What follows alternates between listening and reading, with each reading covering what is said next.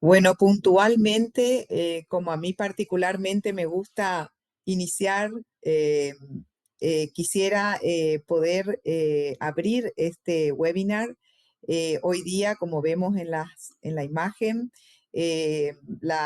Centroamérica ha subido al podio con sus representantes que van a darnos las charlas, con las discusiones que tendremos con los diferentes representantes también de las sociedades miembros de la Panamericana. Así es que estoy muy contenta de poder dar inicio a esta oportunidad.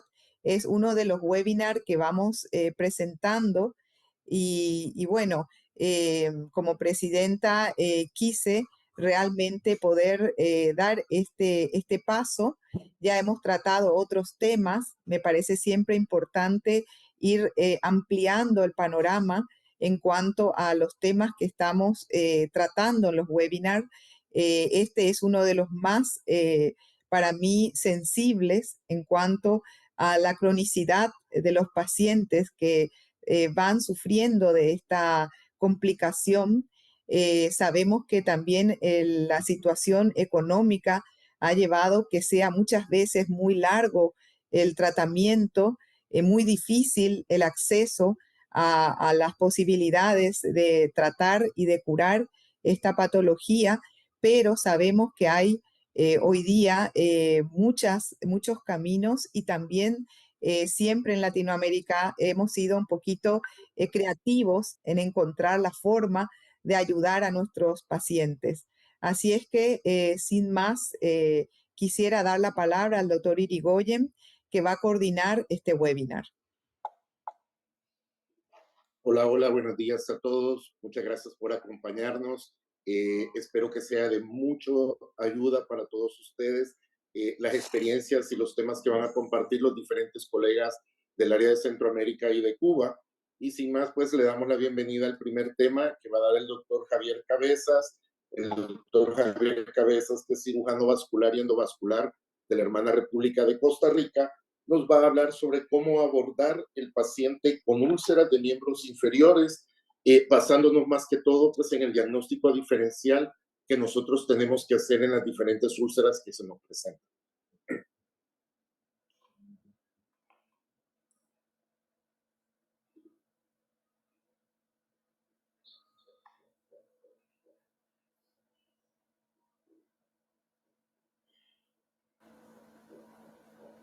Quiero agradecer a la Sociedad Panamericana de Flebología y Linfología por esta grata invitación, de verdad que se los agradezco mucho.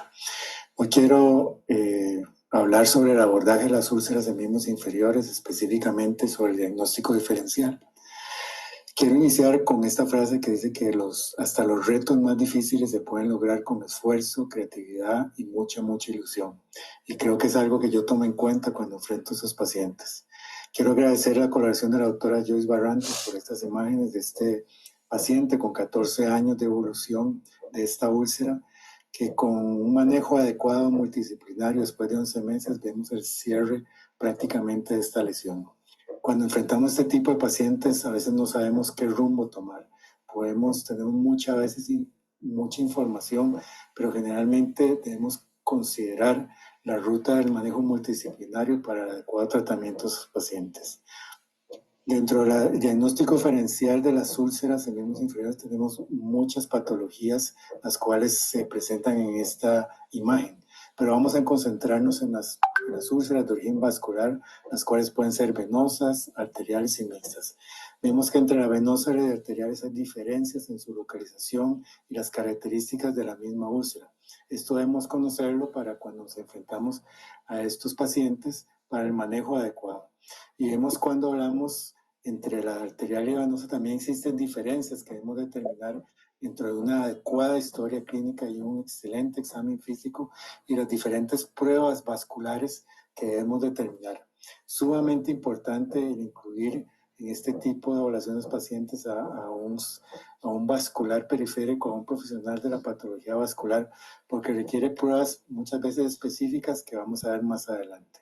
Este es un caso de una lesión venosa en una paciente que tenía más o menos 5 meses de evolución con con este tipo de lesión de características venosas, con cambios tróficos, de la cual con el manejo adecuado, con el tratamiento específico, en este caso de ablación de la vena safena, la compresión adecuada de flebotónicos, después de 2 meses obtuvimos un cierre adecuado de la lesión.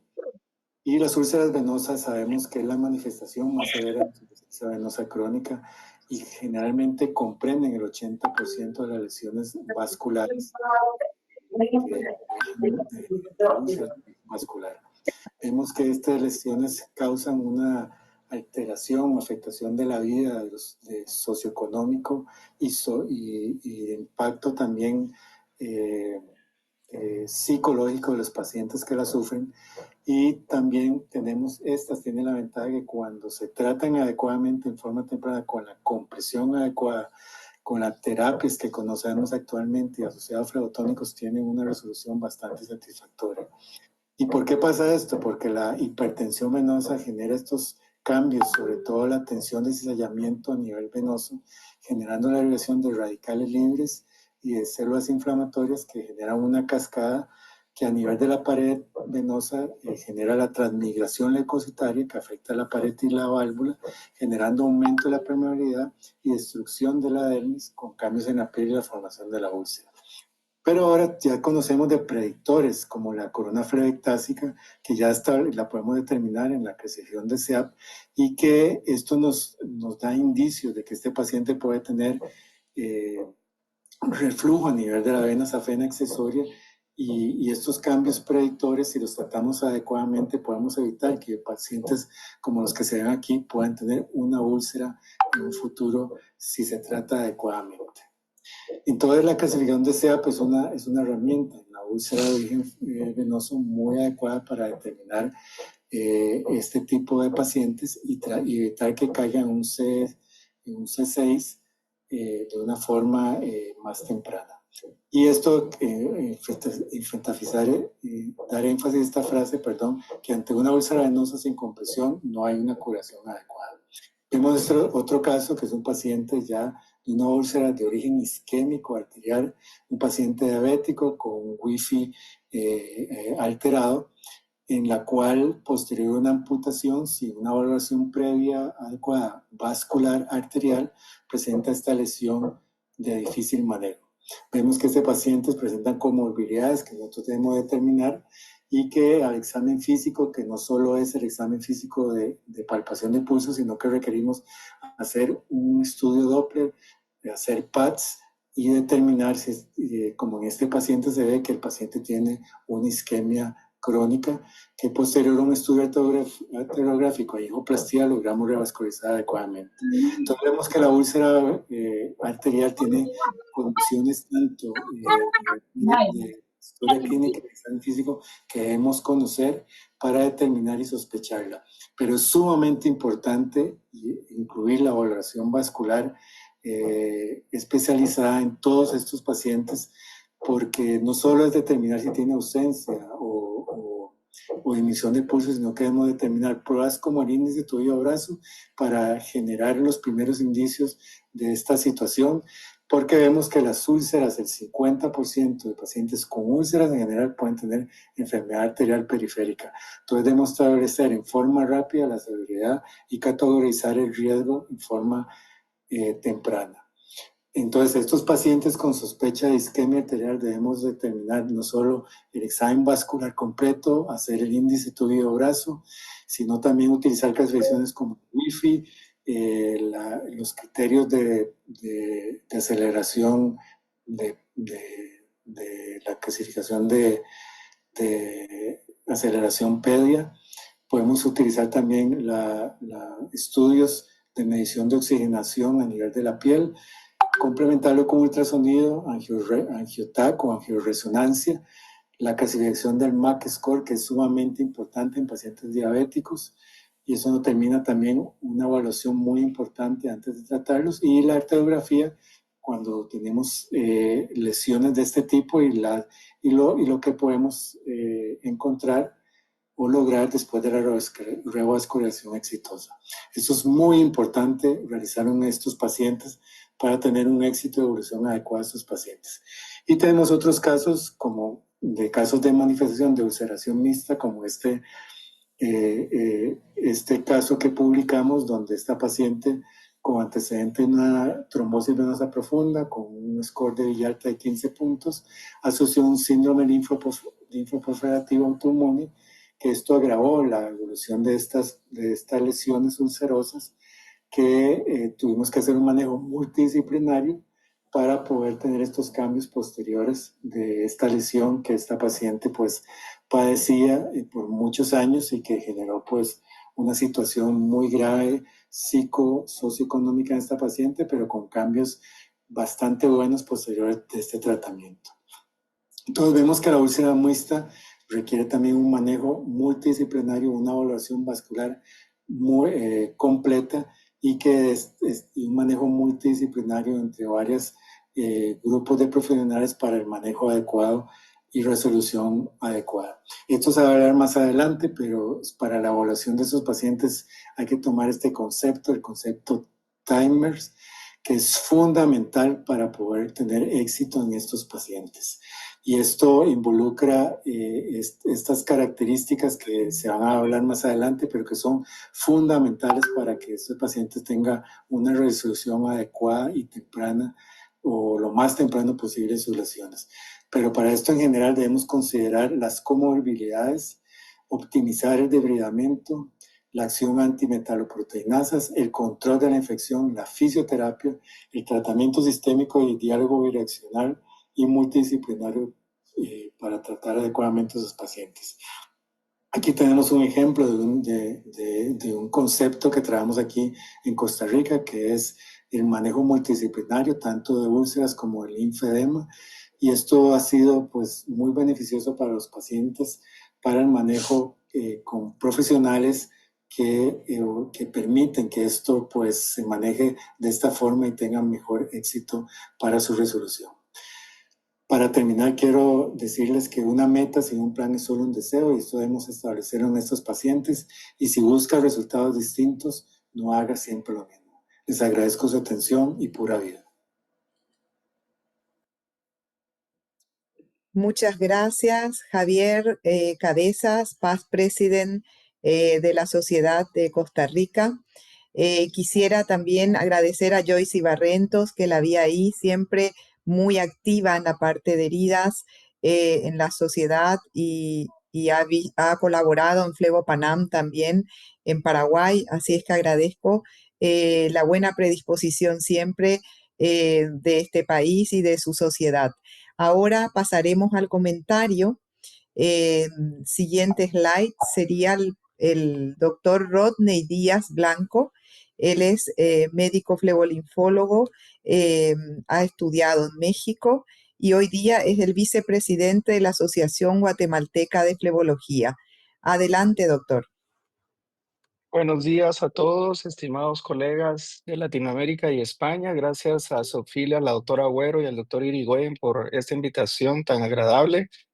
Pues no cabe duda que, como dejó claro el doctor Cabezas, el manejo de las úlceras es un reto y una de las patologías más difíciles de tratar dentro de la enfermedad venosa. Tenemos que recordar que detrás de cada úlcera no cabe duda que hay mucho más que una herida abierta. Hay historias que marcan a nuestros pacientes con dolor, con pérdida de movilidad y funcionalidad, incluso con indiferencia del sistema y rechazo de la sociedad ante estas lesiones tan significativas. Son personas que tienen su vida en pausa, esperando una oportunidad para sanar.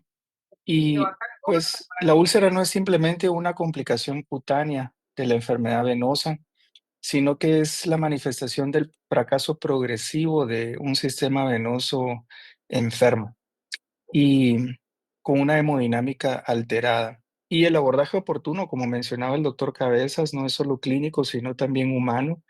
Y esa es la línea que separa la oportunidad del cierre de una úlcera crónica en el tiempo.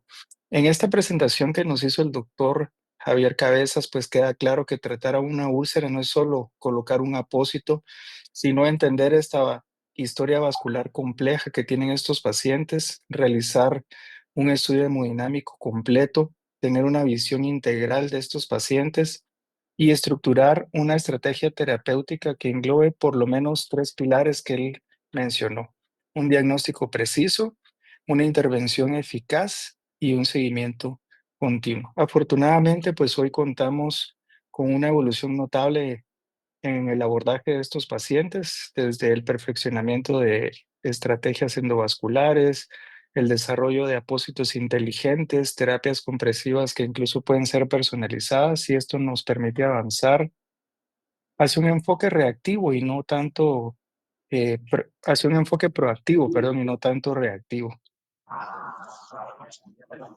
El tratamiento de estas úlceras, sean mixtas, sean venosas, sean arteriales o que tengan un componente flebolinfático, pues continúa siendo un desafío súper complejo en la patología vascular, incluso para los más experimentados, y a pesar de todos estos avances de los que contamos hoy en día. Incluso con el abordaje más avanzado y más estratificado, persiste una alta tasa de recurrencia, que es lo más preocupante, y una carga significativa en la calidad de vida de estos pacientes y en los sistemas de salud. Resulta muy caro atender a los pacientes que tienen úlceras y es muy costoso lograr el cierre de estas lesiones que pueden perpetuarse en el tiempo. Por lo tanto, pues nuestro rol, considero yo como especialistas, no solo está limitado a resolver el componente anatómico del reflujo venoso cuando se trata de úlceras de origen venoso, sino pues somos responsables de integrar este equipo, como decía el doctor Cabezas, en donde podamos integrar todas las dimensiones del tratamiento, una correcta indicación de estudios Doppler, eh, el mapeo arterial, y todos los estudios que podamos involucrar para poder tener un diagnóstico preciso, elección racional de terapias intervencionistas cuando son necesarias, sin descuidar, por supuesto, el soporte compresivo que estos pacientes requieren y la educación del paciente con el apoyo incluso psicológico y familiar cuando es necesario, que es fundamental para lograr el éxito en el manejo de estos pacientes. Me quedo con este mensaje que dejó el doctor Cabezas en su presentación y creo que es el que podemos llevar a casa. Y es que cerrar la úlcera no es nuestro único objetivo, no debe ser el único objetivo como médicos especialistas, sino que nuestra meta es restaurar la función del paciente, de este miembro afectado, reducir la tasa de recurrencia y mejorar de manera tangible la calidad de vida de nuestros pacientes, ayudándolos a reintegrarse a la sociedad y a su vida laboral que se ve afectada de forma significativa con estas patologías. Muchas gracias por la oportunidad. Gracias, Rodney, por tus palabras y tu comentario.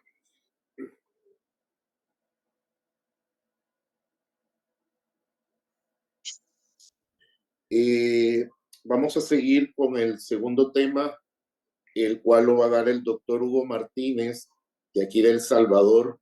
Hugo pertenece a la Sociedad Flebobasal, que es nuestra sociedad aquí en El Salvador. Es cirujano y flebólogo. Nos va a hablar acerca de la evaluación avanzada que tenemos que hacer en las heridas y precisamente con lo que tocaba Javier al final de su tema, utilizando precisamente el método Timers, cómo lo tenemos que utilizar de manera adecuada. Así que, gracias, Hugo.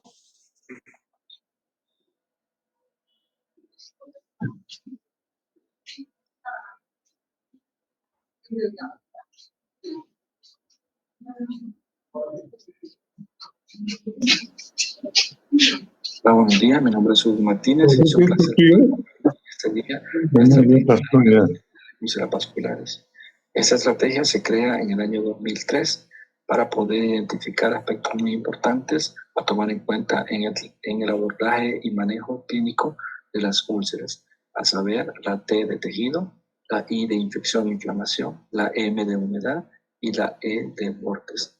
En el año 2019 se realiza una revisión de esta estrategia y se le agregan 2 factores más, la regeneración y los factores sociales, creando entonces la estrategia Timers. Esta inicia con el primer paso, que es la identificación de los diversos factores de riesgo asociados para que la úlcera se convierta en una úlcera de difícil manejo o de difícil cicatrización. Identificarlos es fundamental para poder hacer el manejo de cada uno de ellos en el caso de que sea posible. Posteriormente, aparte del examen, de la historia clínica exhaustiva, debe complementarse con un examen físico que incluye adicionalmente y como de forma importante la palpación de los pulsos, tanto pulso pedio, pulso tibial posterior, popliteo, femoral, para que nos pueda dar información importante sobre si estamos ante una úlcera de predominancia venosa, predominancia arterial, mixta o otro tipo de úlceras. Y de esta forma puedo orientar hacia exámenes adicionales como ultrasonido Doppler venosos o arteriales para poder abordar los principales ejes anatómicos venosos y arteriales. La aplicación de la estrategia Timers en úlceras venosas y pie diabético es el principal objetivo de este tema. Y como recordatorio, el primer paso debe ser el manejo de la causa subyacente. Entonces, ¿cómo aplicamos esta estrategia Timers? A nivel de tejido, tenemos que visualizar dentro de la úlcera qué tipo de tejido tenemos, pero recordar qué tipo de paciente estamos. Por ejemplo, este primer caso es una paciente que es diabética con un índice tobillo graso de 1, pulsos palpables a nivel pedio y nivel tibial posterior, y que además tenía historia clínica de síntomas de respuesta inflamatoria sistémica, por lo cual necesitaba manejo hospitalario y una debridación quirúrgica urgente, la cual, como vemos, ya estábamos en pequeña cirugía, listos para poder realizar. El segundo caso es una paciente que también es diabética hipertensa, que tenía esta zona de necrosis en la pierna.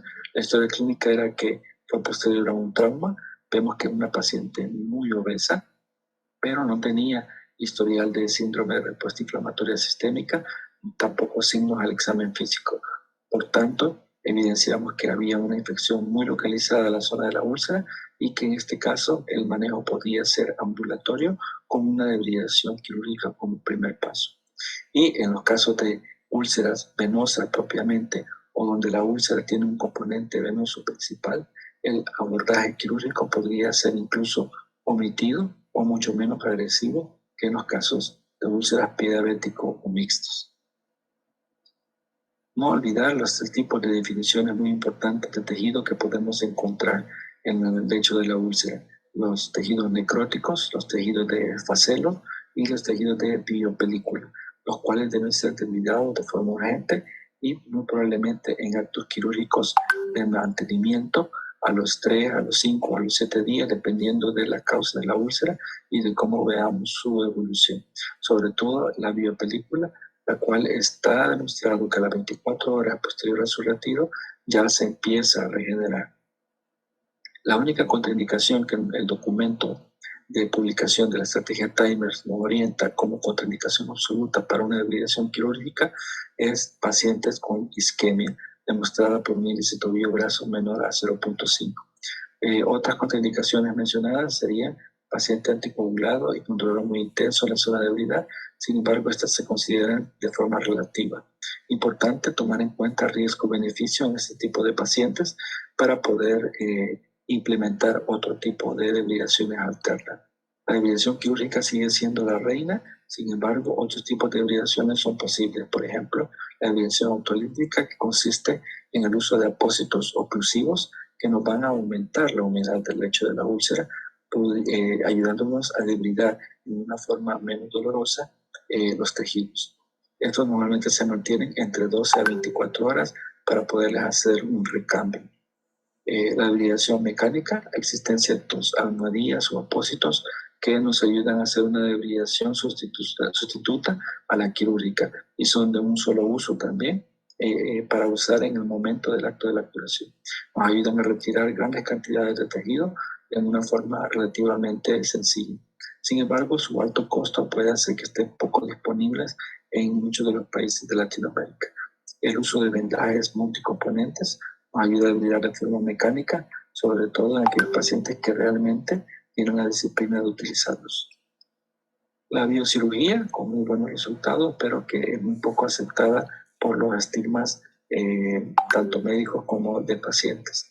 Y la debridación enzimática, la cual es mucho más ampliamente utilizada y creo que todos tenemos acceso a al menos algún tipo de marca de peptidasa tópica, y en algunos países de Latinoamérica incluso las peptidasas pueden estar disponibles en forma oral para su uso. La I de inflamación, pues el mismo manejo del tejido se traslapa, ¿no? Porque la debridación nos ayuda al manejo del tejido y posteriormente al manejo de la inflamación e infección, porque nos retira inmediatamente grandes cantidades de carga bacteriana. Esto disminuye la inflamación notablemente, porque también nos ayuda a disminuir esa balanza hacia la proinflamación y equilibrarla hacia la procicatrización. El uso de antisépticos tópicos pueden ser muy importantes para disminuir la carga bacteriana, como está demostrado en muchos estudios. El manejo de la causa subyacente nos ayuda a que la úlcera no siga creciendo, a que el dolor mejore y que la carga bacteriana disminuya. En los casos de pacientes diabéticos también nos ayuda a disminuir la inmunosupresión de estos pacientes. El uso de antibióticos orales endovenosos se recomienda que sea basado en las guías clínicas cuando sea de forma empírica, y una vez tengamos los resultados de los cultivos, preferentemente tomados por biopsia, pues orientar el manejo de acuerdo a los resultados de cultivos. El uso de antiinflamatorios no esteroideos es muy controversial, tanto en úlceras venosas como pie diabético. Sin embargo, quiero destacar para qué los utilizamos. Realmente deben estar orientados hacia el manejo del dolor y no tanto el manejo de la inflamación, debido a que la inflamación tiene su patogénesis en ambas patologías en la fuga capilar. Y por tanto, los antiinflamatorios no nos van a ayudar en el manejo de inflamación directamente, pero sí, al mejorar el dolor de nuestros pacientes, nos ayudan a mejorar la movilidad. En el caso de la úlcera venosa, nos ayudan a mejorar la aceptación de los vendajes multicomponentes o medias elásticas, y por tanto a disminuir la inflamación.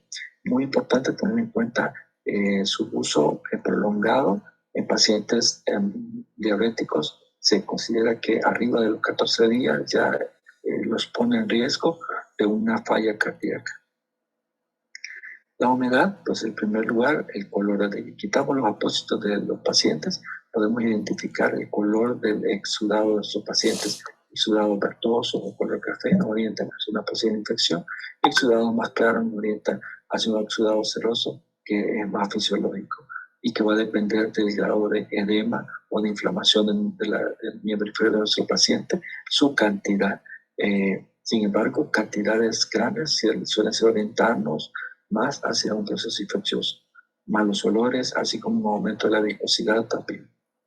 Y estos deben ser manejados apropiadamente. El pH está muy poco estudiado. Encontré muy pocos estudios de metaanálisis, por ejemplo, que nos mencionaran estrategias para poder mejorar el pH de la úlcera de sus pacientes. Y solo el pH-MB, el ácido hipocloroso y la miel grado médico han mostrado mejorar el pH, pero en aproximadamente -1. Recordemos que el pH normal de la piel es de 4 a 6. En heridas agudas pueden aumentar hasta 7. En úlceras crónicas puede aumentar hasta 9. Entre más alto sea el pH de la úlcera, menor propensión a la cicatrización, debido a que disminuye la disociación de la oxihemoglobina y disminuye la neoangiogénesis en el lecho de la úlcera. Aumenta también la carga bacteriana. El grado de humedad, pues también podemos manejarlo mediante el uso de ciertos apósitos para disminuirla. También el cuidado de los bordes se traslapa en la parte del abordaje de la humedad, dado que entre más húmedo esté la úlcera, mayor propensión a macerar los bordes y a causar nuevo tejido desfacelo o necrótico. Una vez tenemos controlado el borde, la tendencia va a ser hacia la granulación y la reepitelización. En el caso de que tengamos bordes muy fibróticos, incluso considerar la debilización quirúrgica de los bordes, o acompañarlo en el caso de que sea un linfedema, sobre todo de origen venoso, de drenaje linfático manual, para poder mejorar las hiperkeratosis en los bordes de la úlcera. En los casos de hiperkeratosis o callosidades alrededor de los bordes del paciente con úlcera por pie diabético, sí se recomienda una debridación quirúrgica inminente para poder retirar estos bordes y dejar bordes que realmente sean más vascularizados. En los casos de úlceras que no mejoran un 50% como mínimo a las 4 o 6 semanas, el documento considera candidatos a terapias avanzadas de regeneración, entre ellos el uso de terapia de presión negativa, injertos cutáneos, terapia hiperbárica, células madre, terapia con factor de crecimiento de la cabeza, el plasma rico en plaquetas y la bioingeniería para poder estimular el crecimiento tanto de los bordes como la regeneración del lecho de la úlcera. Y por último, los factores sociales, que son quizás la parte más importante que había sido dejada de lado, porque tenemos que tener en cuenta la habilidad de nuestros pacientes para entender su enfermedad y las recomendaciones que les damos. De este punto parte el cumplimiento que el paciente pueda realizar del plan. La habilidad del médico para explicar en la forma más sencilla posible, con las palabras más sencillas posibles, cuál es el plan, por qué y cómo le va a ayudar cada una de las pautas terapéuticas que le estamos implementando.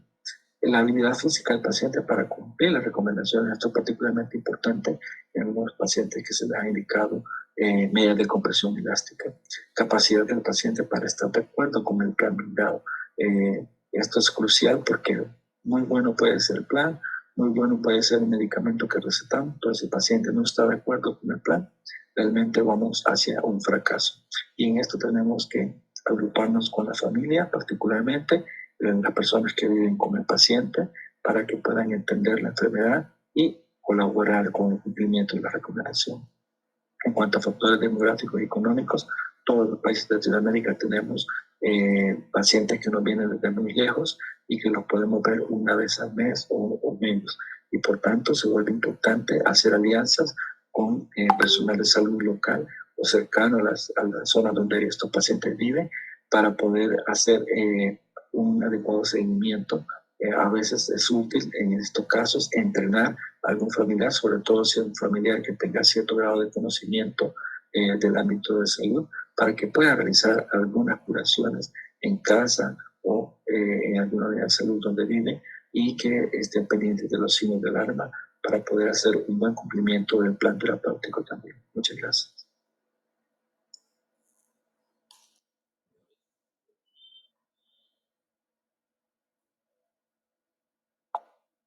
Muchas gracias, Hugo. Realmente muy completa, muy interesante la charla que nos has dado, algo muy actual que todos tenemos que manejar. Y me gustaría pasar en este momento a los comentarios. Siguiente diapositiva, Natalia, es el doctor Arrieta. No sé si está presente para poder dar su comentario. De lo contrario, acá Fernando nos va a dar. Buenos días, soy el doctor Arrieta. Por aquí estamos, doctor. Buenos días, doctor. Buenos días. Adelante con su comentario. Bueno, mucho gusto. Quiero agradecer la oportunidad que me dan para participar en este evento, ¿verdad? Agradezco al doctor Meneses, presidente de la Sociedad en Nicaragua, a la doctora Agüero también por la invitación. En mi caso particular, miro todos los días en mi práctica clínica heridas complejas de difícil cicatrización. Vengo aplicando el protocolo TIME desde que inicié en esto. Me ha servido de mucho. Si bien es cierto que cada paciente, la terapia debe ser individualizada, debemos de seguir el ABC del tratamiento de la herida, que le digo yo, el protocolo TIME, ¿verdad? Y aplicarlo a cada paciente. En el caso del manejo del tejido, nosotros, y yo en lo particular, soy muy insidioso con esto. Generalmente y lamentablemente en nuestros países hay muy poca formación en heridas. Entonces se mira mucha deficiencia en la práctica médica, en el manejo minucioso, en el manejo detallado de estos pacientes. Con respecto al tejido, en lo particular, nosotros a la hora de tratar una herida o enfrentarnos a una herida compleja, debemos de cuidar en la medida de lo posible el tejido sano que viene creciendo y debemos de eliminar el tejido necrótico, efacelo, borde hiperqueratósico en heridas que no son viables y que nos retrasan la cicatrización. En estos pequeños gestos, en estos pequeños detalles, cuando nosotros lo aplicamos, podemos ver avance en la cicatrización de nuestros pacientes. Con respecto a la infección, eh, debemos de siempre hacer un buen control de la carga bacteriana. Si bien es cierto que actualmente tenemos buenos apósitos con alto poder bactericida, y que no son citotóxicos, tengo que recalcar que el mejor antiséptico que tenemos, el mejor antibiótico que tenemos es el bisturí, el debridamiento, ¿verdad? Hay muchos pacientes, por ejemplo, los pacientes con úlcera venosa, que el debridamiento puede ser muy doloroso y eso nos puede limitar a la hora de la curación. Yo he encontrado un aliado fundamental en los anestésicos tópicos, me permite avanzar mejor en la curación de la herida. Eh, con respecto a la infección, he visto por lo menos en la práctica médica que todavía se están haciendo cultivos de secreciones en heridas crónicas, lo cual no suele ser lo más correcto porque son heridas que están colonizadas generalmente polimicrobianas. Nosotros debemos de cultivar el tejido el cual las bacterias están invadiendo, ya sea un tendón, la piel perilesional, y siempre tiene que ser de biopsia. A pesar, como les decía, que tenemos antisépticos actualmente con alto poder bactericida y que no son citotóxicos, siempre es adecuado el debridamiento que nosotros hacemos, el debridamiento quirúrgico que hacemos en el consultorio. Con respecto al manejo de la humedad, es algo que casi no se hace. Yo le digo a mis pacientes antes de tratarlos que somos un equipo. El médico, los familiares, los pacientes, el entorno social, todos debemos de trabajar articulados como un engranaje por el bienestar de ese paciente. Cuando yo veo pacientes de la tercera edad con una herida crónica que vienen solitos a su consulta, eh, es algo de gran actual. El apoyo familiar en estos pacientes es muy, pero muy fundamental, ¿verdad? A veces para el manejo de la humedad tenemos pacientes que no se cambian el apósito secundario de absorción y vienen macerados, podemos perder tejido perilesional por el hecho de vivir solo, ¿verdad? Entonces, nosotros como médicos debemos de ir a la cabeza del equipo y estar pendiente de todos estos detalles. Por otro lado, con respecto a los bordes, es muy importante cuidar los bordes y tenerlos siempre preparados para la cicatrización. Cuando tenemos bordes desvitalizados, bordes hiperqueratóxicos, tenemos bordes que tienen tejido necrótico, nosotros debemos de ir preparando ese borde en cada curación, ya sea con debridamiento quirúrgico, con debridamiento autolítico, enzimático y eligiendo un buen apósito secundario de absorción. Es muy importante el manejo de la humedad en pacientes que tienen, por ejemplo, yo veo mucho pie diabético.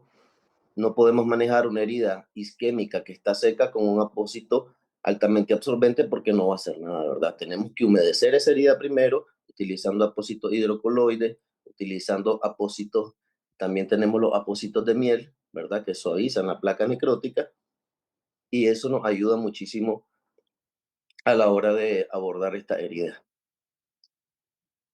El factor de regeneración. Últimamente se están utilizando terapias biológicas. Aquí en la clínica utilizamos mucho el plasma rico en plaquetas. Ayer estuve en una conferencia de la Asociación Argentina donde se hablaba del apósito biológico de tejido lipídico, de tejido graso, ¿verdad? Esta es una técnica que fue patentada por los chinos y que actualmente ya se está implementando en Latinoamérica. Con respecto al factor social, como les digo yo a mis pacientes, para que estas heridas puedan salir adelante, debe ser un trabajo en equipo, porque los familiares, además del paciente que va a la cabeza, deben de estar pendientes que se cumpla la terapia de compresión. Hay tejidos que, hay estudios que dicen que nada más el 50% de los pacientes cumplen las terapias de compresión. Entonces, es importante. Por otro lado, lo mismo nos pasa con las descargas. Hay pacientes que no utilizan el sistema de descarga para una herida en los miembros inferiores, no utilizan el sistema de compresión que hemos indicado, lo rechazan, no hay apego al tratamiento y nosotros debemos de incidir en eso. Yo le digo a mis pacientes con úlceras vasculares que sin sistema de compresión, su herida no les va a cerrar. Entonces, el cumplimiento de cada uno de estos detalles, del manejo de la humedad, del control de la infección, de analizar los bordes en cada curación, de ver la carga bacteriana de esa herida, de ver el entorno social de ese paciente, cuando nosotros manejamos de una forma holística, de una forma multidisciplinaria todos estos detalles, los pacientes salen adelante. Generalmente, yo creo que es un punto que compartimos todos en común. Cuando llegan estos pacientes, son pacientes que llegan con heridas de muchos años de evolución que han venido de médico en médico rebotando y no han encontrado solución a su problema, que afecta muchísimo la calidad de vida, desde el punto de vista familiar, desde el punto de vista psiquiátrico, desde el punto de vista económico, desde el punto de vista de entorno social. Son pacientes que están muy afectados. Entonces, nosotros, como médicos, de la parte clínica, de la parte asistencial de estos pacientes, debemos de incidir en el cumplimiento del protocolo TIME en cada curación, ver el entorno social de nuestros pacientes y hacer ese engranaje entre los familiares, el médico, el paciente, y los insumos médicos que tenemos para tratarlo para poder salir adelante. Actualmente nosotros tenemos un alto índice de cierre en las heridas, tanto diabéticas como de insuficiencia venosa, aplicando el protocolo TIME. Muchas gracias, doctora Arrieta. Realmente muy importantes los puntos recalcados. Queremos escucharle también al doctor Daniel Meneses, presidente actual de la Sociedad Nicaragüense de Flebología, y compartir su comentario sobre este tema. Adelante, doctor. Hola, muchísimas gracias. Felicidades a todos por esta actividad extraordinaria. Yo creo que la participación del doctor Arrieta fue bastante completa en el enfoque de la estrategia Timer. Tal vez un punto nada más o un par de puntos a señalar. El primero de ellos, casi uniformemente la úlcera, tanto de origen vascular, arterial o bien venosa, es común encontrar fenómenos de infestación de la piel, onicomicosis, es muy común, al menos en nuestro país, y probablemente muchas de estas úlceras arrancan a partir del aumento de la presión venosa o de la isquemia como sustrato, pero es la infección la que precipita la ruptura de la piel. Y a veces curamos las úlceras, las cerramos y dejamos el proceso infeccioso micótico ahí persistiendo. Creo que hay que darle una atención muy particular a las lesiones perilesionales que existen previo a la úlcera y posterior a la úlcera. Ahora, pienso que también se debe innovar en la investigación clínica de cómo mejorar estos procesos. Por ejemplo, colchicina ha sido utilizada en algunos casos en insuficiencias vasculares y sabemos que a nivel coronario tiene un impacto extraordinario y podría ser, y ha sido publicado estudios en los cuales puede mejorar las úlceras de tipo arterial. De manera que es un producto barato, lo tenemos disponible en toda América Latina y yo creo que tenemos la obligación de buscar estrategias que sean económicas, que sean rentables para muchos de nuestros países. Muchísimas gracias a todos y bendiciones. Muchas gracias a todos por sus comentarios. Creo que tener una estrategia para tratar una úlcera siempre es fundamental y la Timers creo que es muy buena y la podemos adecuar todos dependiendo del tipo de úlcera que tengamos. Como tercer ponente tenemos al doctor Noel Corrales. Él es cirujano general y vascular de la hermana República de Guatemala, el cual nos va a hablar sobre las úlceras vasculares mixtas, cómo hacer su diagnóstico y las diferentes estrategias terapéuticas que podemos tener. Gracias, Noel. Compartir. Gracias, Fernando. Solo para compartir.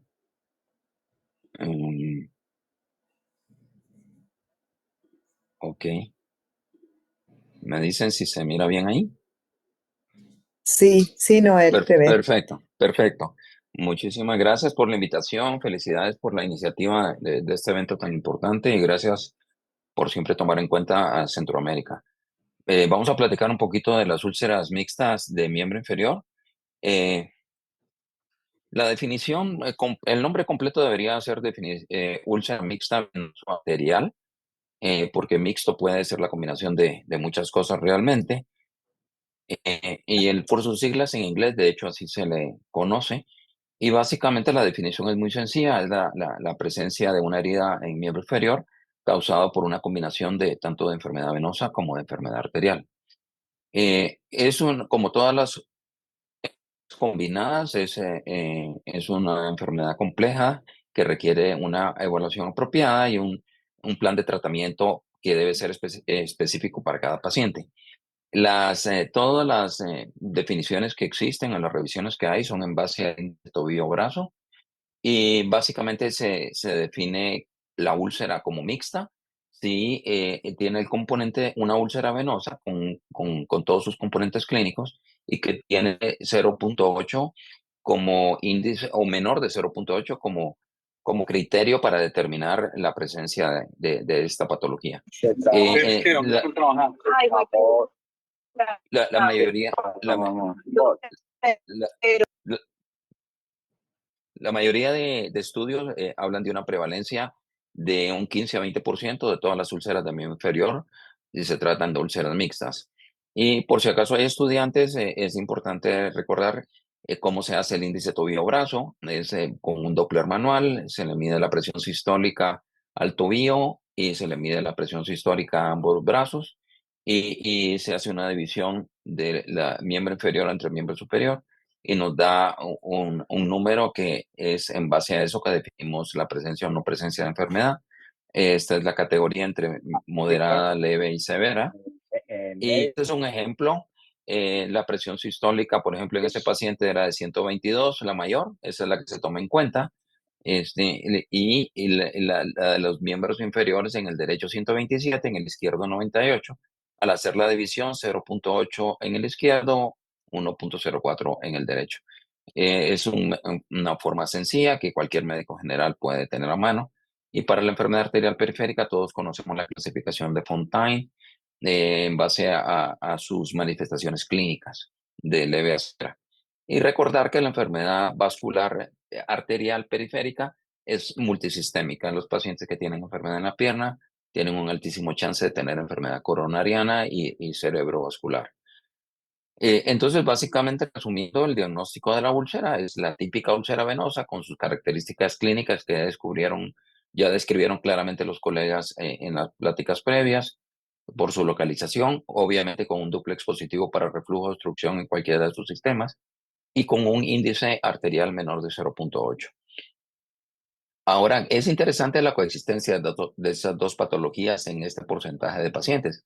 Y revisando rápidamente por qué se da esta coexistencia, eh, podemos como primera cosa recordar que los pacientes, la prevalencia ulceravenosa aumenta con la edad.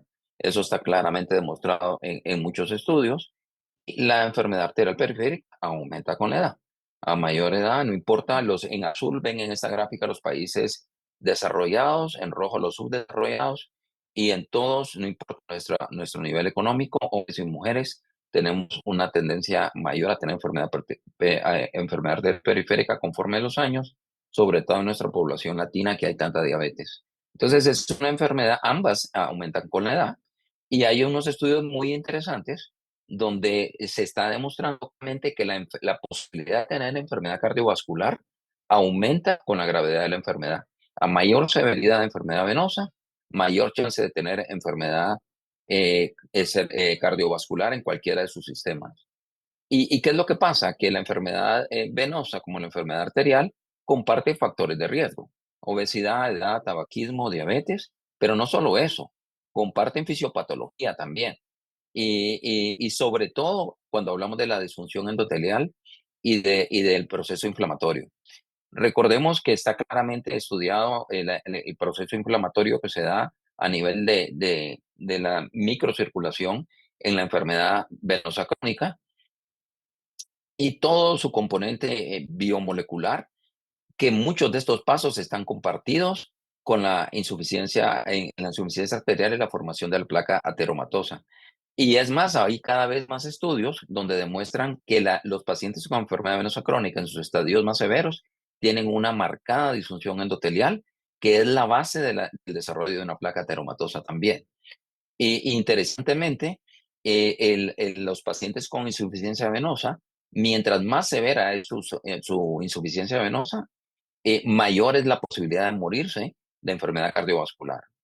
Y aquí podemos ver en este estudio interesantísimo de leve a severo, cómo la presencia de todos los factores de riesgo de enfermedad arterial van aumentando y eso no es excepción para la enfermedad arterial periférica. O sea que hay una relación estrecha entre severidad de enfermedad venosa y severidad de enfermedad arterial.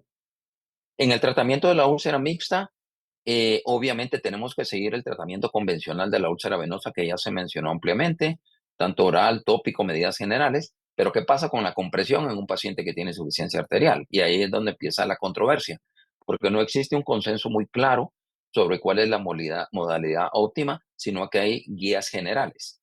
De hecho, el Consenso Europeo habla claramente de una de las contraindicaciones para el uso de compresión es la presencia de enfermedad arteriosclerótica severa. Y entonces miremos en resumen, este slide tal vez es de los más importantes. Si tenemos un paciente con un índice tobillo-brazo mayor de 0.8, hay que tratarlo como una úlcera venosa convencional. La controversia empieza cuando baja de ahí. Y más o menos las recomendaciones generales son que si el paciente tiene entre 0.6 y 0.8 y compresiones mínimas de 60 en el tobillo, este paciente se puede manejar con compresión, pero idealmente una compresión modificada con un material de corto estiramiento que no pase de 40 milímetros de mercurio, idealmente, cosa fácil de decir, difícil de medir en nuestro medio. Pero lo más importante es que estos pacientes tienen que tener una supervisión estrecha y darle un buen plan educacional al paciente y al ver que el dolor aumente con la compresión o que el paciente va con una mala evolución, entonces modificar el tratamiento. De hecho, así es como lo recomiendan las guías europeas, ¿verdad? 0.6 o presiones mínimas de 60 y, y donde se puede usar esta terapia compresiva modificada. O sea que ese mito que hay que el paciente con enfermedad arterial o el paciente diabético no puede tener compresión, no es tan así. Eso depende de sus niveles de índice tobillo-brazo al final. Ahora, en los pacientes que tienen índices abajo de 0.6 o presiones menores de 60, la compresión definitivamente está contraindicada y estos pacientes deberían considerarse la revascularización arterial como primer paso. Entonces, al final, la duda está cómo manejar los pacientes entre 0.6 y 0.8. Arriba de 0.8 se manejan como enfermedad venosa, abajo de 0.6 tienen que tener revascularización y entre 0.6 y 0.8 es donde hay un poquito de controversia, pero hay algunas de esas recomendaciones, ¿verdad? ¿En quién sospechar una úlcera mixta? En pacientes de edad avanzada, obviamente, en enfermedad con úlceras combinadas, o sea, una típica venosa, una no típica venosa, obviamente en pacientes diabéticos, en fumadores o en pacientes con síntomas de claudicación.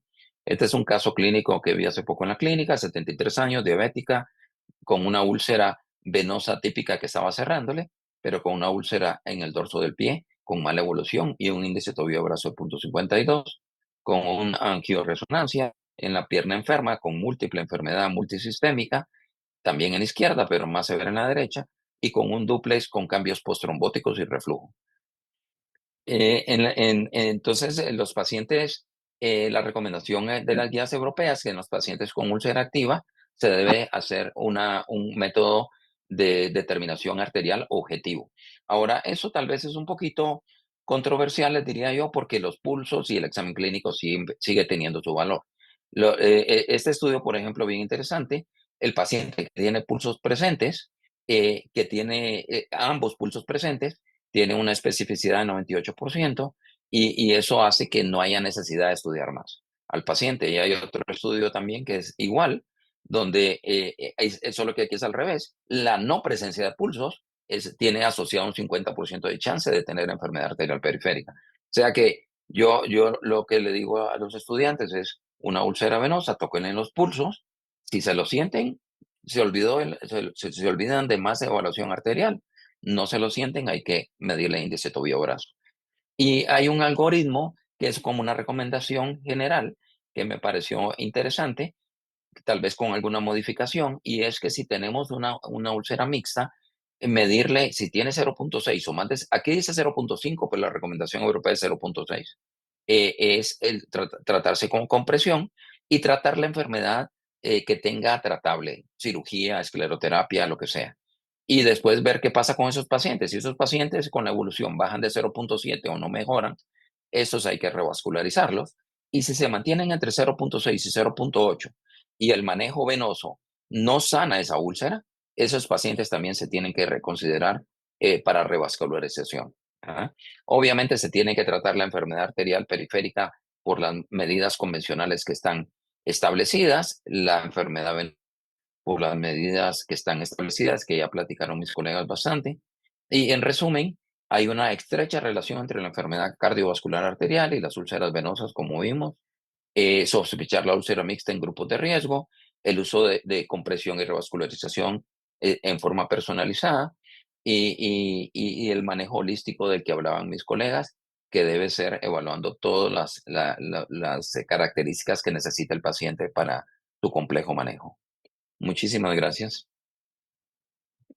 Muchas gracias, doctor Noel Corrales. Realmente nos dio todos estos desafíos que implica una patología venosa y arterial. Agradezco todo este gran trabajo que ha puesto en esta conferencia y quisiera escuchar el comentario. Nos iremos a Panamá al doctor Gerardo Victoria, quien nos dará un comentario al respecto con su experiencia y, como dijo muy bien el doctor Corrales, la manera práctica de enfocar con los estudiantes, así como sabemos el doctor Victoria también está en esa área en Panamá. Adelante, doctor. Bueno, muy buenos días, Stopfield, muy buenos días, Centroamérica. Y quiero antes empezar diciendo que me gustaron mucho los comentarios del doctor Arrieta, quien parece que estamos en sintonía.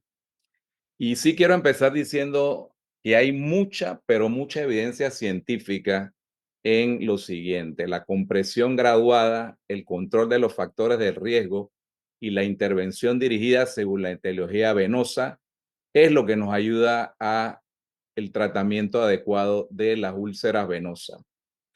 En cuanto a la compresión graduada, que sabemos que es importantísimo, como bien dijo el doctor Corrales, hay que tener mucho cuidado en las úlceras arteriales o mixtas. Nosotros, por ejemplo, utilizamos mucho el triple vendaje compresivo en sus nombres comerciales, Dynaflex o Coban 2. Nosotros siempre, cuando hacemos esto, dejamos 7 días este vendaje, porque hemos visto que en muchas clínicas se cura a los pacientes cada segundo, cada tercer día, lo cual es un error. Empiezan de cero cada tercer o cuarto día porque remueven el tejido de granulación, que es muy importante. Es por eso que nosotros el debridamiento para las úlceras venosas o las úlceras mixtas, solamente, como decía el doctor Arrieta, nos concentramos en el borde hiperqueratóxico y tratamos de evitar dolor. Si produce dolor durante la curación, eso estamos haciendo una mala curación de úlcera venosa. En algunas ocasiones usamos las medias tipo Ulcerate con compresión 30-40, que es muy importante. Y hay que tener en cuenta que si el paciente tiene una infección por anaerobios gram negativo, hay que tener cuidado con los vendajes compresivos por 7 días.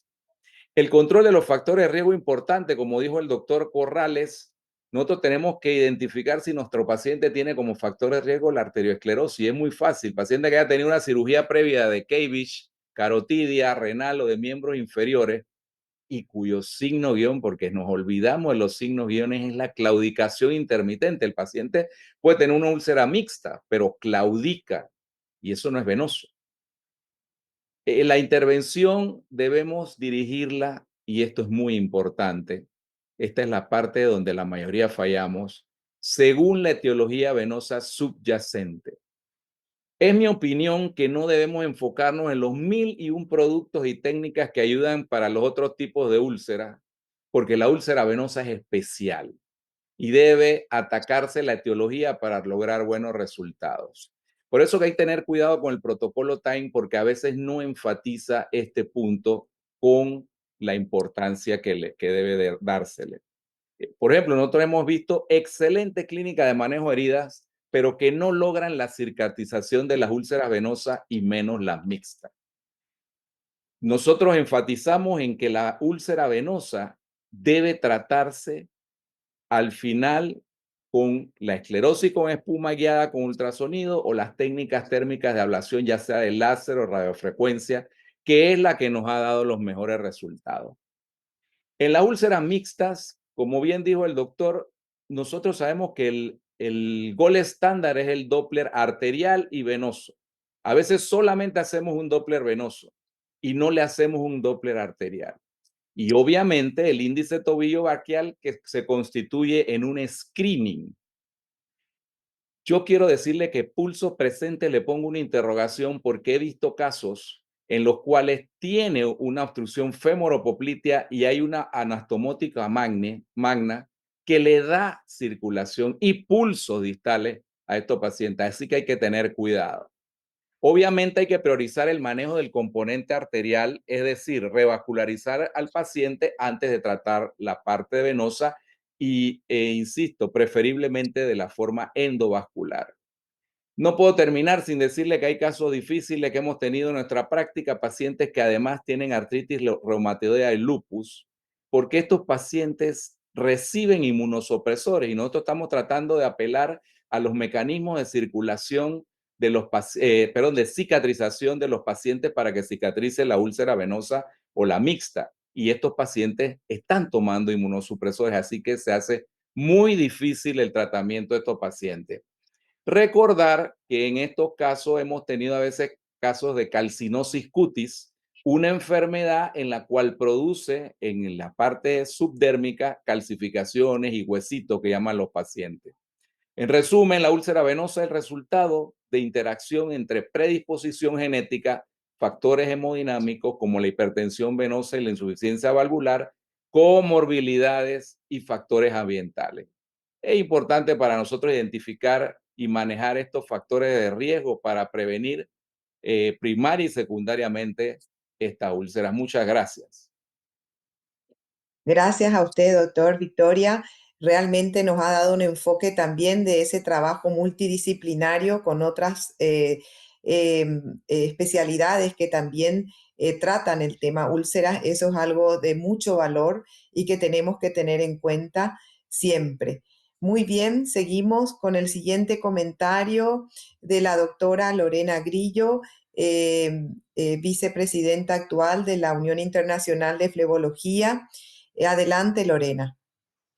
Buenos días a todos, de verdad que un placer siempre compartir y la verdad que han estado muy interesantes las conferencias. Y creo que tal vez de las cosas, digamos, adicionales que me gustaría colaborar porque ha sido muy a fondo los comentarios y la presentación, es la importancia nosotros de hacer un manejo integral y personalizado al paciente, de también no olvidarnos del enfoque transdisciplinario que nos va a ayudar a abordar esos temas o predisponentes, factores de riesgo con respecto a la movilidad que tiene el paciente con alteraciones a nivel de las articulaciones que en general no van a propiciar que la bomba muscular funcione adecuadamente y que en muchas ocasiones también condicionan que el paciente tenga una recurrencia de la úlcera y que si nosotros pues dejamos pasar estos detalles, pues el paciente va a tener una recidivia de manera temprana. Ir también educando al paciente con respecto al cuidado de la piel, a la familia. La red de apoyo es sumamente importante para poder ayudar que realmente logremos un beneficio a largo plazo para el paciente y poder nosotros ofrecerle realmente al paciente lo más importante, que es mejorar su calidad de vida. Finalmente, en muchas ocasiones tendemos a enfocarnos mucho en los éxitos quirúrgicos y realmente a veces el paciente se le deja un poco de lado la parte de la calidad de vida, entonces es importante nosotros tener presente. Y por supuesto, que la parte, digamos, nosotros antes veíamos la enfermedad arterial y venosa como muy divorciadas y claramente hay una íntima relación entre enfermedades del lecho venoso y el lecho arterial. Entonces, realmente ver de una manera más integral al paciente y personalizar tanto el manejo, ¿verdad? A corto y largo plazo. Muchas gracias. Excelente y muchas gracias a todos por su participación. Sí creo que un comentario adicional sería que ya sabemos que un paciente diabético con una úlcera mixta es una evaluación muy distinta, le digo, porque muchas veces podemos encontrar índices tobillo-brazos elevados o ausentes y no reflejar realmente el estado vascular del pie de nuestro paciente. Con nuestro último tema tenemos al doctor José Fernández Montequín, de la República de Cuba. Él es angiólogo y cirujano vascular, que nos va a deleitar con un tema muy importante sobre la experiencia que él ha tenido en el tratamiento de las úlceras del pie diabético con el fármaco Evercott. Muchas gracias, doctor. Le vamos a dar para compartir pantalla para que nos dé su tema.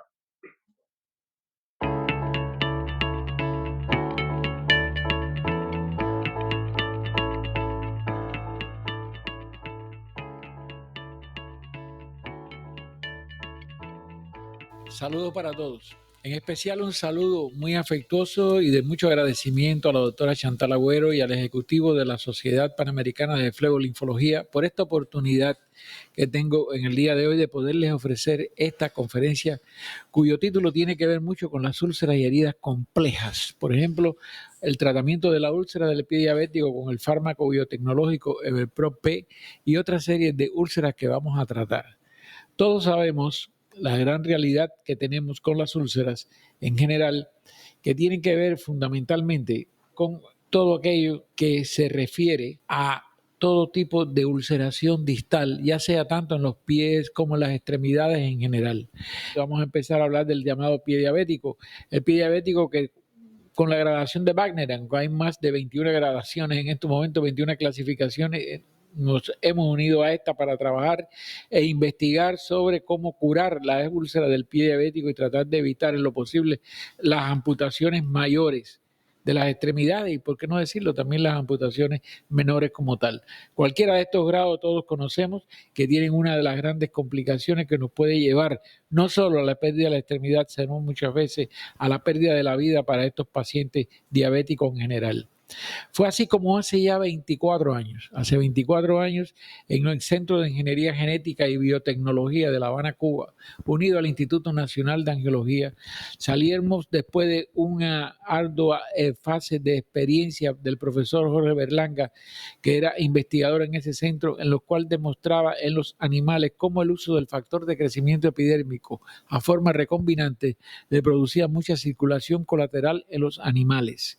Fue así como comenzamos a utilizarlo en nuestro Instituto de Angiología y Cirugía Vascular de La Habana en la población diabética, dado que teníamos una alta tasa de amputaciones mayores. En aquel momento teníamos el 50% de nuestros ingresos perdían las extremidades tal y como podíamos tenerlo. Este producto, un producto liofilizado que tiene una preservación natural y el principio activo es el factor de crecimiento epidérmico a forma recombinante en presentaciones de 75 microgramos. Fue comenzado para ser utilizado en estas lesiones en la forma que les voy a explicar acá. Obsérvese, en esta diapositiva tenemos un corte totalmente transversal de lo que viene a ser una úlcera del pie en un paciente diabético con todo el biofilm bacteriano que todos los cirujanos sabemos o los médicos tenemos que reconstruir, regenerar, quitar, eliminar, desbridar de toda esta zona, porque aquí es donde son los nichos principalmente de los focos sépticos locales por tal. Como ustedes ven, iniciamos la tratar de inyección buscando que los receptores de los factores de crecimiento lo tenemos todo en la saliva, lo tenemos en la orina, lo tenemos en el semen, lo tenemos también como evacuación, podemos decirlo tanto en el epiplón, tanto protección, o sea, está debajo de la piel, está en cada uno de nosotros formando parte del factor de crecimiento epidérmico para ser eliminado y favorecer cicatrización como tal. Por ese motivo es que comenzamos a provocar la posibilidad de atravesar todo el nicho para tratar de llevar la inyección del factor de crecimiento epidérmico del Everpro-P directamente al receptor de todo tipo de úlcera, en este caso de la úlcera del pie diabético. Las agujitas de insulina tienen el bisel ideal para profundizarse en los 0.6 milímetros de profundidad en que se encuentran estos receptores. Fue así como comenzamos este tipo de exploración y lo comenzamos a utilizar, por supuesto, en toda esa serie de selecciones. Esto llevó en los 24 años, de acuerdo a toda la utilización que ha tenido el producto, fue clasificado inclusive como el premio de mejor inventor joven de la Feria Internacional en Ginebra en el 2011, ha tenido medallas de oro de la Organización Mundial para la Propiedad Intelectual en marzo del 2011, en fin, ha tenido todas posibilidades en cuanto a ser reconocido mundialmente. Obsérvense, por ejemplo, este primer paciente. Les hablo ahora de pacientes tratados internacionalmente con el producto. Un paciente diabético que tenía este tipo de lesión donde está expuesto tendón, hueso, sencillamente tenía indicado después de 15 meses, querían amputarle, como con 18 aplicaciones del Everpro-P obtuvo que pudiera reconstruir las lesiones. Pacientes con úlceras de más de 190 centímetros cuadrados de extensión, cómo se podía granular y epistelizar. Los dedos, la reconstrucción reconstrucción de los dedos en las lesiones óseas fundamentalmente.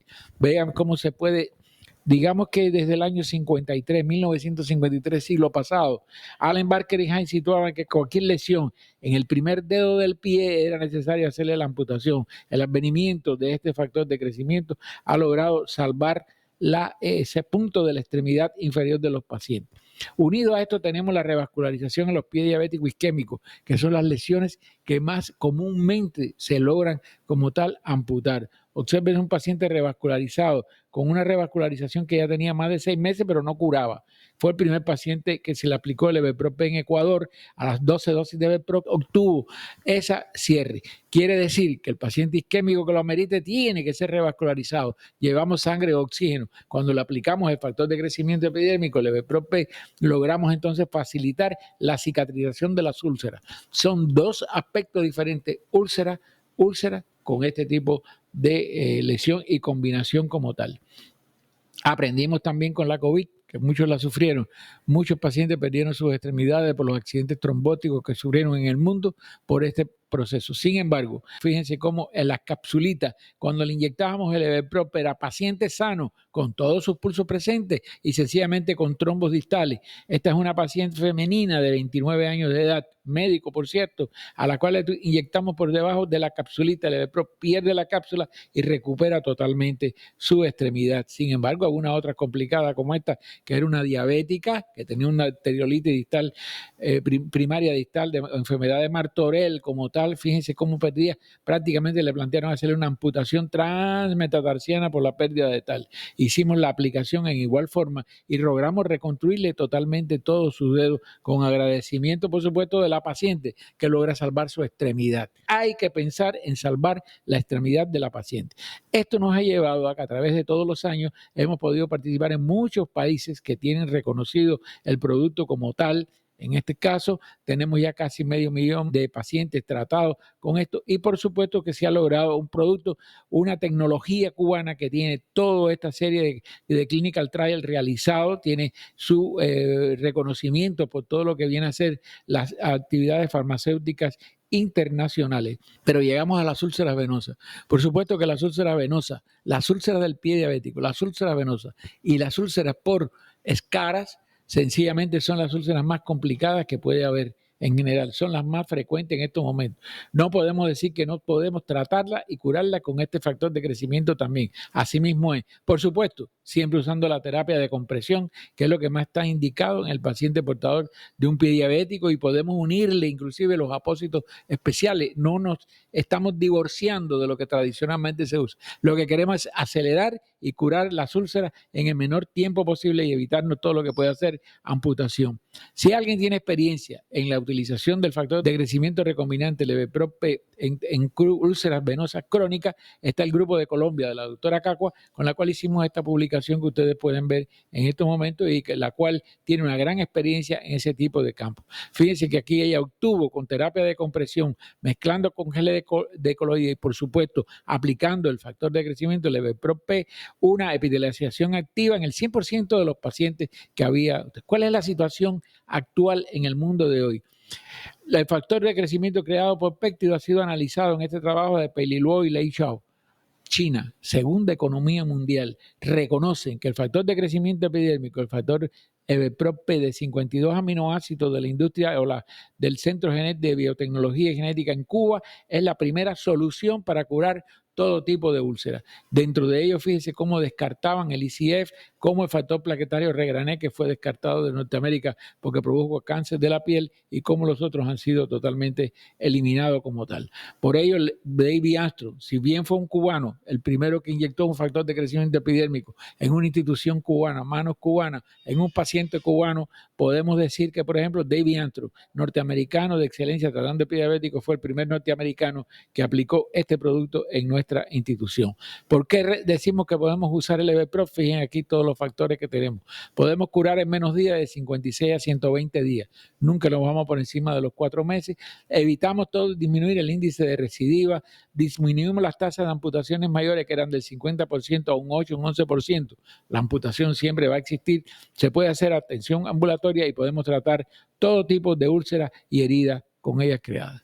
Si bien es cierta la presentación que les he hecho con la experiencia que hemos tenido en los últimos 25 años utilizando el factor de crecimiento epidérmico a forma inyectable, conocido en el mundo como Bepro-P, no podemos dejarle de decir que se abre una puerta de tratamiento total a toda úlcera y herida compleja de alta, no es el menester ahora el podérselos explicar totalmente, pero ya en estos momentos no solo tenemos experiencia en el mundo con la aplicación tanto en las úlceras venosas como en las úlceras también desde el punto de vista del pie diabético. Ya lo hemos utilizado en las escaras, las úlceras por presión, ya lo hemos utilizado en las heridas de abdomen, pacientes complicados de cirugía general, que la misma ha tenido estos problemas y sencillamente hemos tenido que cerrar pared abdominal aplicando el factor de crecimiento. Lo hemos utilizado en heridas de guerra, lo hemos utilizado en los diferentes países, sobre todo en el mundo árabe en general, se ha utilizado para obtener tener crecimiento rápido en todas las heridas y úlceras y su cicatrización.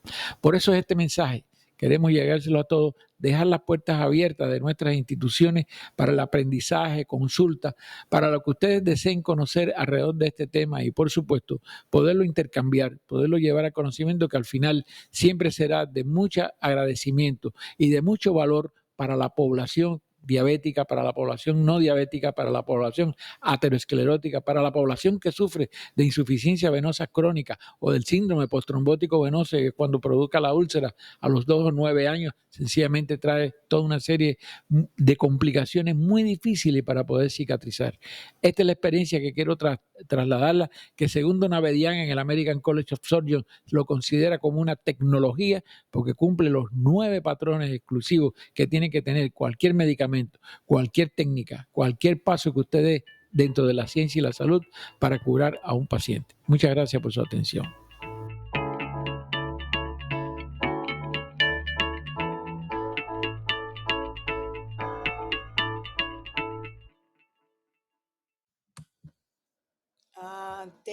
Tengo una pregunta de Sergio Garbaz. Mi pregunta es, ¿cuál es el esquema antibiótico empírico en pacientes diabéticos y cuál en no diabéticos? Si alguien quiere responder e iniciar la discusión. Hola. Hola. Hola, mucho gusto. Soy el doctor Juan Carlos Arrieta. Yo veo pie diabético todos los días. Te puedo decir que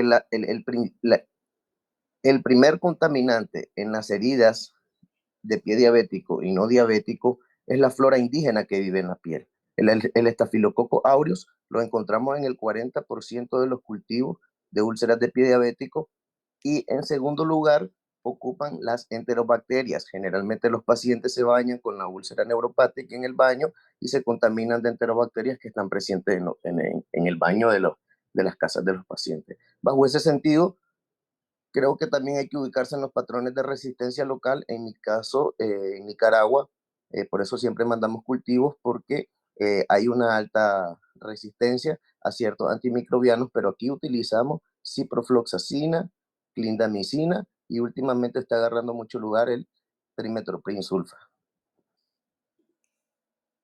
Buenísimo. ¿Alguien más quiere dar un parecer? Yo quisiera agregar algo a lo del doctor, también tomar en cuenta que cuando son pacientes con úlceras de larga evolución, hay que tener muy pendiente la humedad, que el paciente pueda tener el color del exudado, porque en ocasiones exudados colores verdes, por ejemplo, podrían estarnos dando una posibilidad de la contaminación con pseudomonas, ¿verdad? Entonces, podríamos iniciar antibióticos, como decía, la ciprofloxacina o levofloxacina en estos casos, mientras obtenemos el cultivo de tipo biopsia. Buenísimo. Tenemos otra pregunta. En el tratamiento oral, ¿cuál sería el mejor régimen y por cuánto tiempo?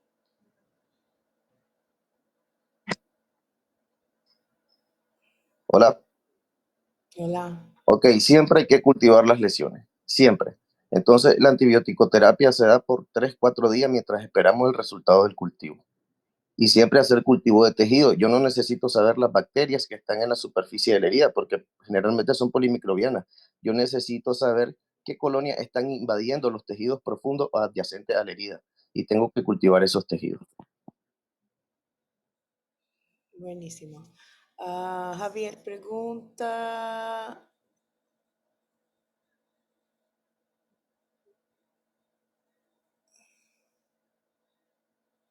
¿cuál daría mejores resultados en el uso del silostazol o el uso de la pentoxifilina? Yo pienso que para asociar con antibiótico se usan esto para úlceras mixtas.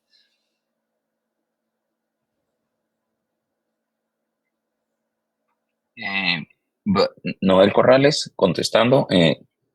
La verdad es que en las úlceras mixtas a mí me gusta mucho la pentoxifilina, o que últimamente ha costado mucho conseguirla en el mercado, por lo menos en Guatemala, porque hay estudios bastante bien hechos donde demuestran que la pentoxifilina inclusive ayuda en la curación, disminuye el tiempo de curación de las úlceras puramente venosas, y al tener un efecto positivo en la circulación arterial también, pues suena como un medicamento ideal para las úlceras mixtas, como un coadyuvante a todo lo demás. Entonces, a mí me gusta mucho la úlcera. Hay mucho más respaldo científico, sobre todo para las úlceras mixtas con la pentoxifilina, que con silostazol, que hasta donde yo sé no hay estudio para problema venoso. Buenísimo, gracias, doctor Noel. Tienes un comentario de Javier. En pacientes diabéticos es fundamental la valoración clínica con el examen físico, vascular y el ABI, pero considerar incluir el estudio de aceleración, pedía y oximetría transcutánea por la esclerosis de media arterial, que puede generar resultados no tan exactos. ¿Utilizan en su práctica diariamente, doctor Noel?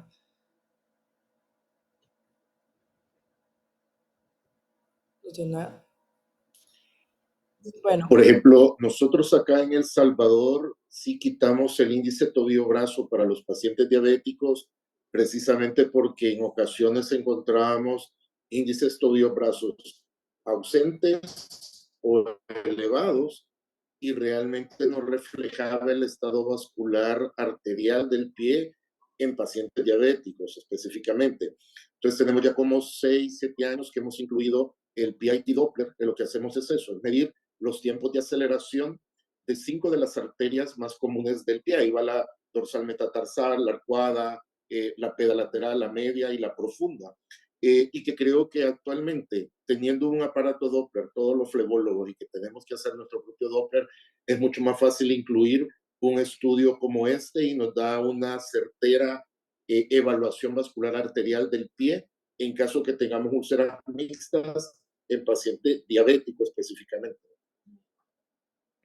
Sí, Bueno. si me permite, Natalia, yo creo que es sumamente importante esto, y como dice el doctor Irigoyen, son estudios que no son invasivos, requieren un entrenamiento relativamente sencillo, y con un Doppler y un ultrasonido perfectamente podemos hacer esa evaluación, que creo que es que hay que hacerla es más exacta, porque por consideraciones de la enfermedad arterial, sobre todo en el paciente diabético, nos pueden dar falsos positivos si solo nos basamos en el examen físico y el índice tobillo-brazo.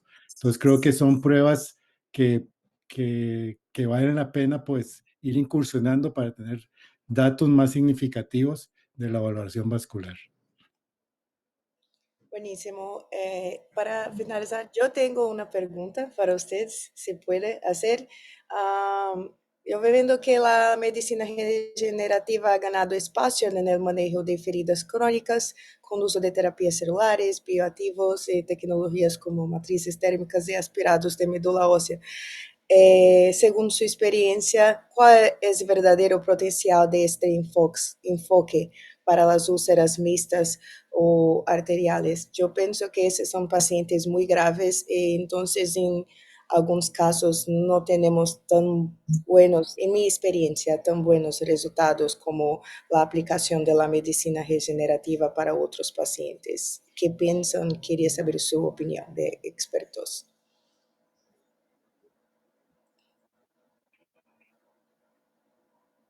Sí, bueno, pero a mí me parece que claro, que todas las herramientas que contamos son válidas. Muchas veces con lo tradicional o con los nuevos tratamientos no tenemos los mejores resultados.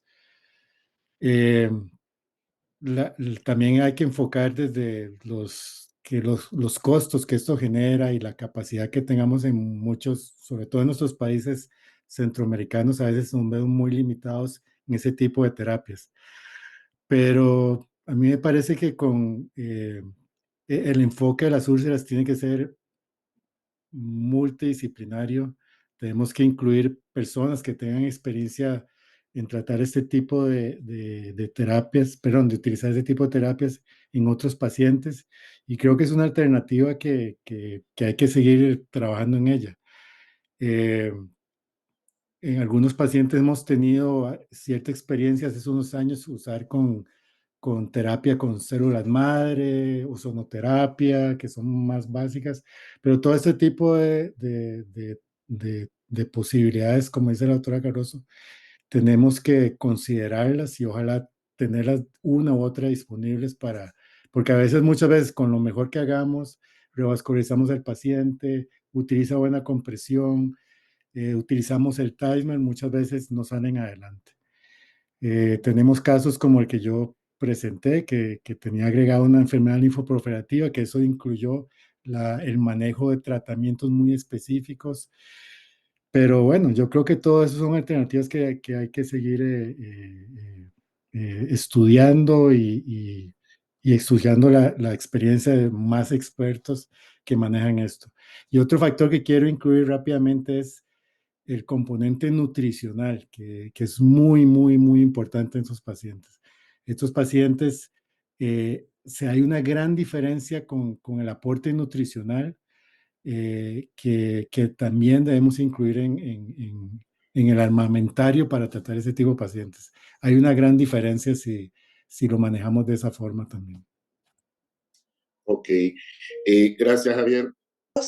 Comentamos que tenemos redes sociales, tenemos una página web, esperamos puedan unirse.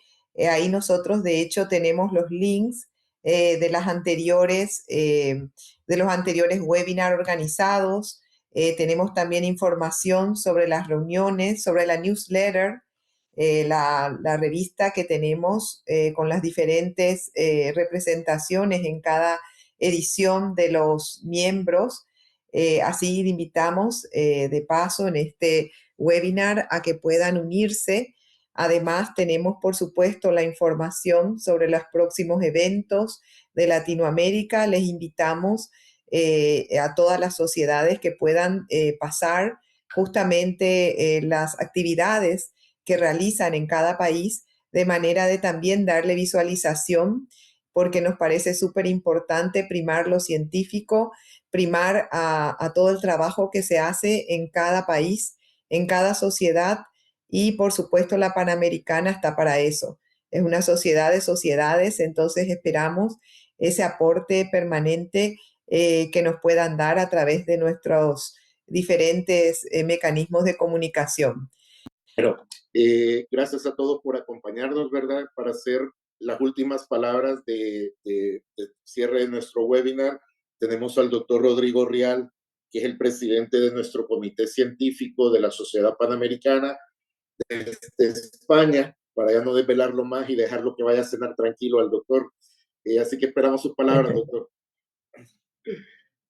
Muchas gracias, Fernando. Hombre, me habéis puesto sin barba, ya más joven.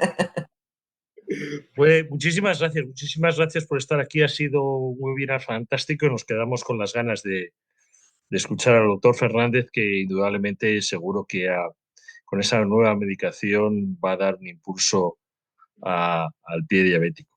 Yo quisiera sobre todo ahondar en la parte de la úlcera venosa, y de lo que se ha dicho aquí, ¿no? La verdad es que el tratamiento etiológico es esencial. Disminuir la hipertensión venosa, que es por donde comienza todo. Todos los tratamientos posteriores son superfluos. O bien disminuirlo con un tratamiento con terapia compresiva, con materiales de calidad, o bien haciendo intervencionismo venoso, que es lo que nos atañe a los cirujanos vasculares fundamentalmente.